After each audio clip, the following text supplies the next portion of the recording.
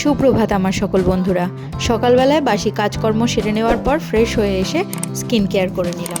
ঠান্ডা হাওয়া আসে বলে রোদ ওঠার পরেই ঘরের জানলাগুলো খুলে খাটটা মুছে বিছানাপত্র সব তুলে নিলাম। প্রায় প্রত্যেক দিনই বিছানা তোলার আগে খাটটা মুছে নিই।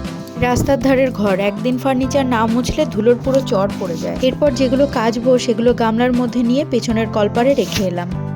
মাছওয়ালা দাদার থেকে শিঙি মাছ রেখেছি, আর বাড়ির কর্তা বলল কাঁচকলা আলু দিয়ে পাতলা করে ঝোল রান্না করতে। মাছগুলো আগে ভেজে তুলে রাখছি, এরপরে শিলনোড়াতে একটু মশলাও বেটে নেব।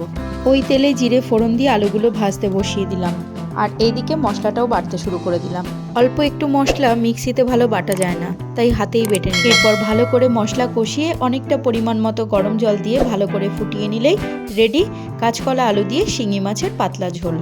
সবসময় একরকমভাবে মাছ রান্না না করে মাঝে মধ্যে অল্প তেল মশলা দিয়ে হালকা পাতলা মাছের ঝোল কিন্তু গরম ভাতের সাথে বেশ লাগে।